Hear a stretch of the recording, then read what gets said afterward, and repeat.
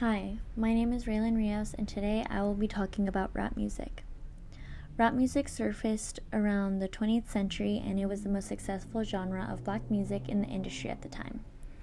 Rap emerged in the South Bronx, New York City in the 1970s. It was a creative outlet for that generation to talk about things that were important to them, their lives in the cities overloaded by racial poverty, violence, and failed in schools. Some popular rap groups were NWA and Run DMC.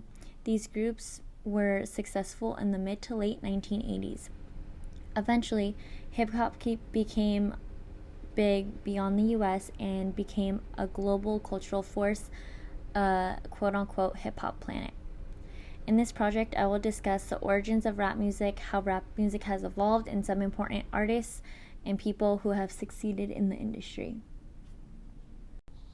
The original motive for rap music was to promote music and dance competitions between the youth who had creative outlet energies.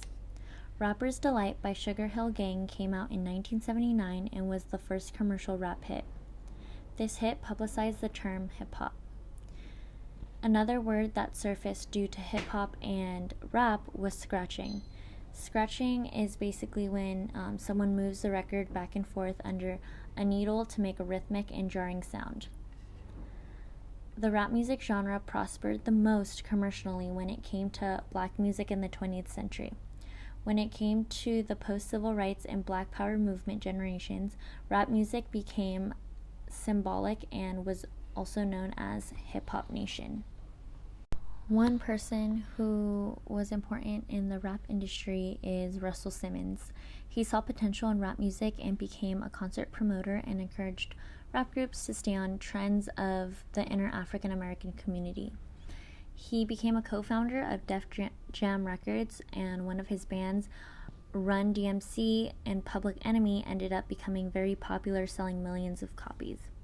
Simmons ended up selling his share of Def Jam Records for over $100 million in the year 2000. Another person that succeeded in the industry was P. Diddy.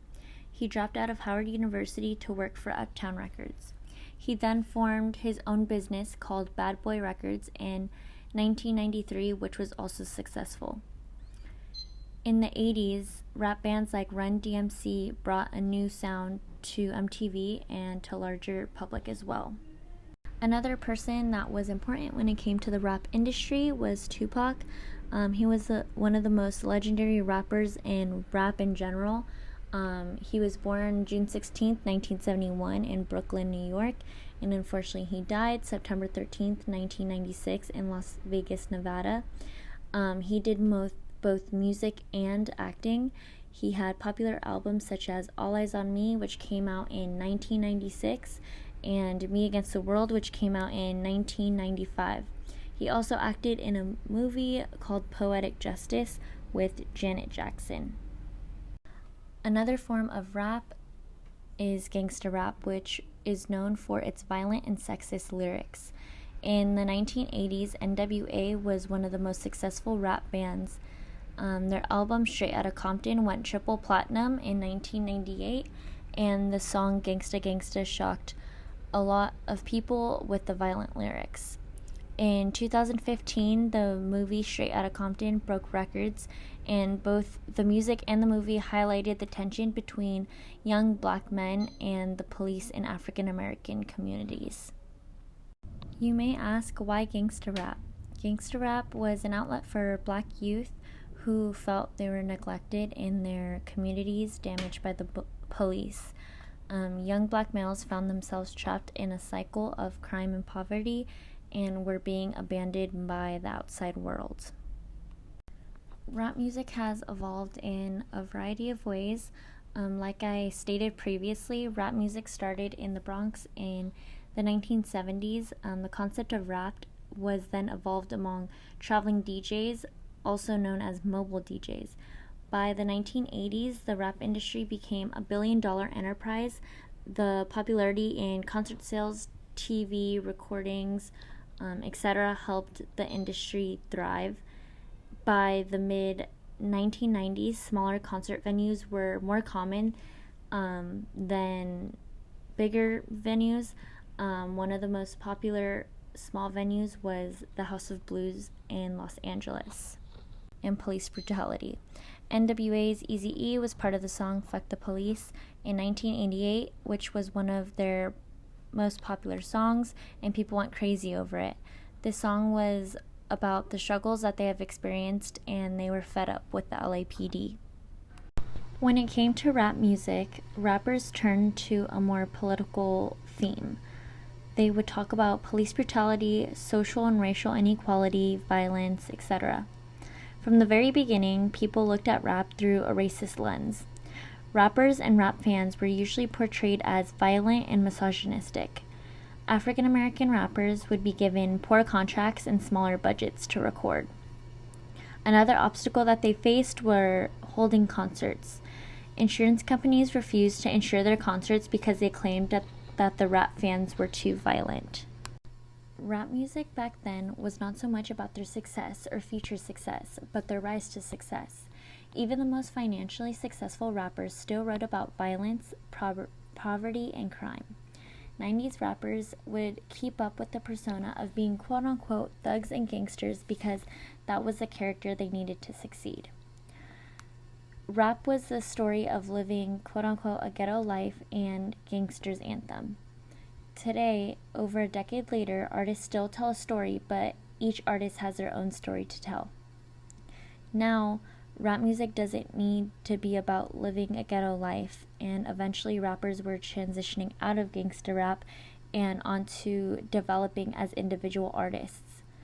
Not having to maintain certain expectations, record labels now allow their artists to use their own creativity and still succeed.